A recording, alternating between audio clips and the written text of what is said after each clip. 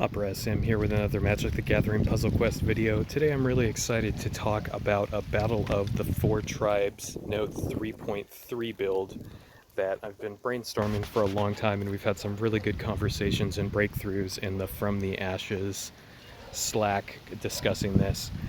So basically 3.3 of this event has a special support node that is kind of busted in half if you design around it. The support node has three chunks of what it can do. If you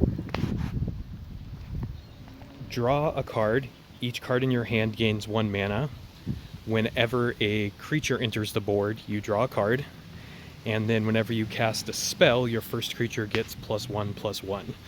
So if you load your deck with a bunch of super cheap creatures or cards that can draw cards, it will draw you into more cards and give you more mana on those cards, and basically just let you keep casting this stuff and looping to get full mana on cards to keep casting, and just have a crazy loop that should be able to win you the game very early within that node, you know, turn 2, turn 3 with that. So in the past I've done a cool popper version with Samut,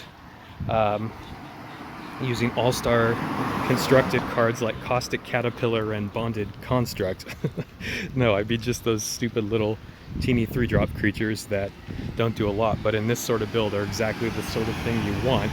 I used that on the old version of it to great success, but it took a long time, probably about 20 minutes, because you had to replace a ton of creatures. But Madrin and some other folks in our chat had some really good thoughts, discussing kind of a tangential idea, but the idea of that just using cheap draw cantrip spells in order to just fill out the deck that'll pump up your creatures, and it will also allow you to only run 3 creatures in the deck.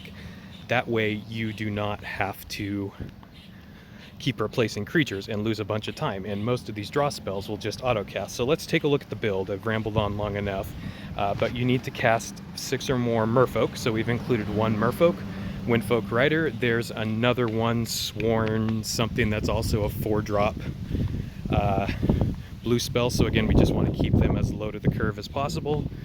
We have Impetuous Devils, which is a 6/1 haste trample creature, and when it enters the battlefield, target creature you don't control gains defender till end of turn. At end of turn you destroy it. Well, we're planning on just winning that turn, so it doesn't matter, and we'll be swinging with a large powered hasty trample creature, which is awesome. And then the last card that I've chose is Lightning Runner, because it's a double strike haste creature, so that can also hit for a really huge chunk of damage. If you don't have Lightning Runner, no worries, you can run something like Samut Sprint or some sort of spell that could give another creature in your deck, something like Devils. It's a 4-drop red spell that makes 4 1/1 Devils, so you could absolutely run that, and then that could draw you a bunch of cards. And then just run Samut Sprint or some, I like Samut Sprint because it gives a creature a buff and it draws a card, so we want to just keep all the cards in your hand. But so those are our 3 creatures that we're going to have on the board that we'll just keep casting and reinforcing as we go through, and everything else is just really cheap draw effects. We have Pull from Tomorrow, discard 1 card, draw 5 for 2, which is awesome, and that can also help jumpstart early if we get it in our hand.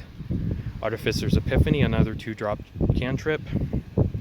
Stratus Walk for 3 to draw a card. This one does target, so you could sub it in for something like Divination, a 4-drop draw spell to draw 2 to not have to target if you're going for total speed, but I like it because it does cost 1 less. Glimpse of Freedom to draw a card. Coastal Discovery to draw a card. We probably won't get on the Awaken, but this will not clog our hand like some other combo decks where we're getting mana from matches, because all we need to do is get 3 mana on the card from the ability of drawing cards and then cast it to draw 2.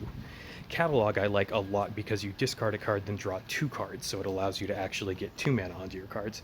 And then Hieroglyphic Illuminations was the last card I chose, just to draw 2 with cycling 2 if you want it. So again, basically with this deck, what you should be able to do is on, turn 2, turn 3, just keep casting cards over and over again until you get 6 merfolk on the board and enough power to deal 200 plus damage to your opponent to just take them out. Hopefully this is helpful, and again, you can port this strategy over to a wide variety of different ideas throughout many colors. To make this work, just choose a bunch of super cheap creatures and super cheap spells that create creatures or draw cards. Alright, hope you enjoy this, and good luck in this event. I'll be hopefully making more videos about decks to play in Battle of the Four Tribes Part 1 as well this weekend.